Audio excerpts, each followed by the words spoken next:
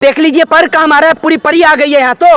ये तो भक्तों की परी है। सीमा इधर क्या खाती हैं, सीमा इधर क्या पीती हैं, सीमा इधर की डांस की वीडियो, सीमा इधर कैसे डांस करती हैं। और आप ये सोचिए कि हिफाजत नहीं कर पाई है, सीमाओं को सुरक्षित नहीं कर पाई है। और मोदी जी का वो ड्रोन कहाँ है? तो सुरक्षित है ना नहीं, भारत में।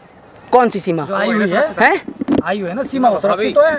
योगी जी से गुहार कर रही है नागरिकता के लिए, तो एक बात नहीं, आप एक बात मुझे बताइए, अगर योगी जी को इतना ही नागरिकता देने का शौक है तो एक काम करिए, वो सीमा के साथ में उस सचिन को भी, उसको भी पाकिस्तान भेज दीजिए। आप जाएंगे पाकिस्तान है? आप लेके जाएंगे? मेरी रिश्तेदार लगी है, मैं लेके जाऊंगा। भारत देश की नहीं, भारत देश की सरकार नहीं छोड़ सकती है। सीमा हैदर पाकिस्तान जाने को तैयार नहीं होती है तो उसको भारत देश के अंदर आजीवन कारावास दिया जाना। भाभी आई है आपकी, आपको मेरी काय की भाभी? आपकी भाभी होगी।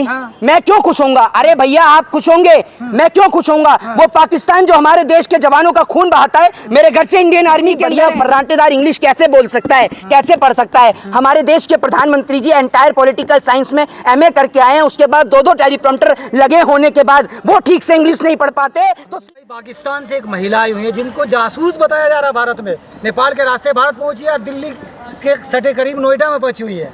मीडिया पर चर्चा का विषय है। देखिए मैं आपको एक बात बता दूं, पहली बात तो ये कि हमारे देश की मीडिया को कोई और काम तो है नहीं, ना देश की बढ़ती महंगाई नजर आती है, ना देश की बढ़ती बेरोजगारी नजर आती है। इस देश के अंदर नौजवान बेरोजगार हो रहे हैं, वो हमारे देश की मीडिया को दिखता नहीं है। सब्जियों के दाम बढ़ रहे हैं, महंगाई हो रही है, वो हमारे देश की मीडिया को नहीं दिखता। लेकिन सीमा हैदर को लेकर 5-5, 6-6 घंटे का कार्यक्रम हमारे देश की मीडिया चला रही है। और एक सबसे बड़ा सवाल, ये सवाल देश के सैनिकों से नहीं, ये सवाल देश की सरकार से है कि एक महिला भारत देश के अंदर एंटर कर जाती है अपने बच्चों को लेकर, और दूसरी बात ये कि उन बच्चों का आधार कार्ड भी यहाँ पर बना लेती है। तो आखिर कैसे वो अपने बच्चों का आधार कार्ड यहाँ पर बना लेती है, सबसे बड़ा सवाल है।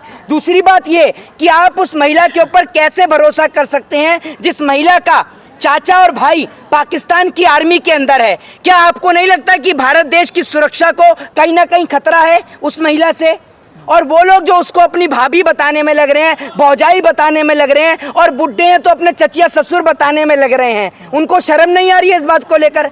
बताइए ना आप मुझे कि एक और भारत देश की सुरक्षा को लेकर एक बड़ा सवाल है सीमा हैदर। और दूसरी बात ये कि आज हमें समझ में आता है कि कश्मीर के अंदर आतंकवादी हमले कैसे होते हैं, क्योंकि अगर एक महिला पाकिस्तान से भारत देश के अंदर एंटर कर सकती है तो आप ये समझिए कोई आतंकवादी भी एंटर कर सकता है और हथियारों के साथ कर सकता है, जिससे भारत देश के अंदर एक बड़ी दुर्घटना घटित हो सकती है।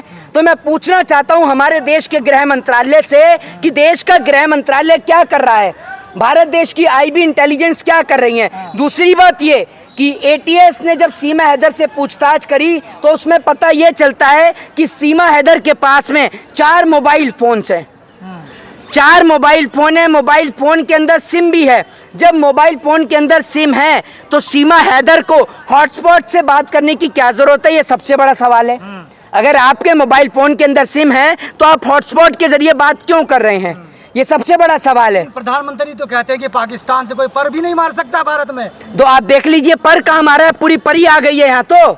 ये तो भक्तों की परी है, भक्तों के लिए तो परी है। आप ये सोचिए हमारे देश की मीडिया ना तो महंगाई और बेरोजगारी को दिखा रही है, सीमा हैदर को लेकर 5-5, 6-6 घंटे का कार्यक्रम चला रही है कि सीमा हैदर क्या खाती हैं, सीमा हैदर क्या पीती हैं, सीमा हैदर की डांस की वीडियो, सीमा हैदर कैसे डांस करती हैं। और आप ये सोचिए कि वो पाकिस्तान से भारत देश के उत्तर प्रदेश में आ गई। कश्मीर के अंदर जो आतंकवादी हमले होते हैं वो ऐसे ही होते हैं, क्योंकि पाकिस्तान से आतंकवादी कश्मीर के अंदर आते हैं और कश्मीर के अंदर आकर आतंकवादी हमले कर जाते हैं, जिसके कारण उन हमलों का जिम्मेदार कश्मीर के अंदर रहने वाले लोगों को ठहराया जाता है कि कश्मीर के मुसलमान इस हमले में शामिल होते हैं, जबकि ऐसा बिल्कुल नहीं है।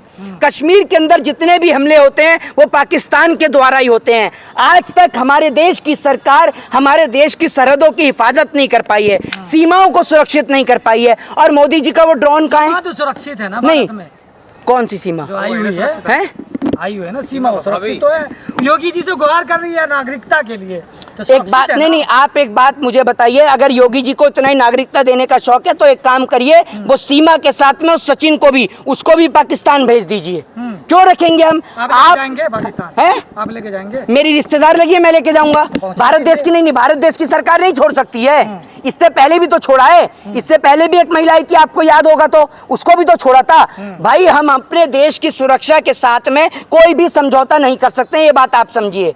हम अपने देश से, अपने मुल्क से बेहद प्रेम कर सकते हैं, करते हैं। और हम आपको एक बात बताएं कि हम उस देश के नागरिक को क्यों स्वीकार करेंगे। वो पाकिस्तान जो हमारे देश के जवानों का खून बहाने का काम करता है और उसके चाचा और भाई आर्मी के अंदर हैं, तो वो हमारे देश के जवानों के ऊपर गोलियां बरसाते हैं और हम उन्हीं के परिवार की बहन को अपने देश के अंदर लेकर आए। ये बताइए ना आप मुझे। अगर सीमा हैदर पाकिस्तान जाने को तैयार नहीं होती है तो उसको भारत देश के अंदर आजीवन कारावास दिया जाना चाहिए। लेकिन ये है कि सचिन की जगह सलीम के पास आ जाती, सचिन की जगह अगर अभी तक किसी सलीम के पास आ जाती तो हमारे देश की गोदी मीडिया उस सलीम को देशद्रोही, आतंकवादी, उसको ऊपर एनएसए, रासुका, न जाने कौन कौन सी उसके ऊपर आईपीसी सेक्शन लगा दिए जाते, कौन कौन सी उसके ऊपर धारा लगा दी जाती और उसको देशद्रोही साबित कर दिया था। फर्क इतना है कि वो सलमान के जगह, सलीम की जगह उसका नाम सचिन है। अगर वो सलीम होता या सलमान होता तो आपको अब तक पता चल जाता। जी, तो आप खुश क्यों नहीं है? भाभी आई है आपकी, आपको खुश मेरी काय की भाभी आपकी भाभी होगी? मैं क्यों खुश होऊंगा? अरे भैया आप खुश होंगे, मैं क्यों खुश होऊंगा? वो पाकिस्तान जो हमारे देश के जवानों का खून बहाता है, मेरे घर से इंडियन आर्मी के अंदर है और हमारे भाइयों का खून बहाने का काम वो पाकिस्तान करता है और हम, वो पाकिस्तान से कोई हमारे देश में आएगा तो हम खुश होंगे? हैं? हम खुश होंगे? बड़ी है हिंदुओं के, कैसे खुश नहीं? क्या अखंड भारत का जो सपना देख रहे थे, हाँ, तो पूरा हो रहा है ना, शुरुआत हो गई है ना। अच्छा, हाँ। एक बात आप मुझे बताइए। नहीं, तो वो पाकिस्तान की जमीन कब्जा कर यहाँ लेके आई है। आप कैसी मूर्ख? नहीं, अगर हिंदुओं को लाएंगे, एक बात, मुस्लिम आए हिंदू हो गई। मेरी बात सुनिए। अभी मैं आपको बता दूं कि जनसत्ता ने एक प्रेस रिलीज करी है, जनसत्ता, जिसमें ये लिखता है कि एक और तो ये बताया जा रहा है कि सीमा हैदर ने 5वीं तक पढ़ाई करी है, ठीक है ना? सीमा हैदर ने 5वीं तक पढ़ाई करी है। और दूसरी ओर ये भी बताया है कि सूत्रों के हवाले से जनसत्ता ये लिखता है कि जब उससे ये कहा गया, इंग्लिश में उससे कुछ पढ़ाया गया तो उसने फटाफट इंग्लिश में पढ़ दिया। एक और तो आप कहते हैं कि वो 5वीं पास है। अगर 5वीं पास पढ़ा व्यक्ति इतनी बढ़िया फर्राटेदार इंग्लिश कैसे बोल सकता है, कैसे पढ़ सकता है? हमारे देश के प्रधानमंत्री जी एंटायर पॉलिटिकल साइंस में एमए करके आए हैं, उसके बाद 2-2 टेलीप्रॉम्प्टर लगे होने के बाद वो ठीक से इंग्लिश नहीं पढ़ पाते, तो सीमा हैदर कैसे पढ़ गई? ये सबसे बड़ा सवाल है। तो आपको इस सवाल का जवाब देना चाहिए। कौन? सीमा हैदर। वो जासूस है। मैं तो ये कहता हूँ, हमें, और वो जासूस हो चाहे ना हो, हमें चाहिए ही नहीं भाई, हमें चाहिए ही नहीं। हम अपने देश की सुरक्षा के साथ बिल्कुल भी समझौता नहीं कर सकते। जय हिंद, जय भारत, वंदे मातरम। आखिरी सवाल है, आखिरी सवाल। हो गया। तो 7 मिनट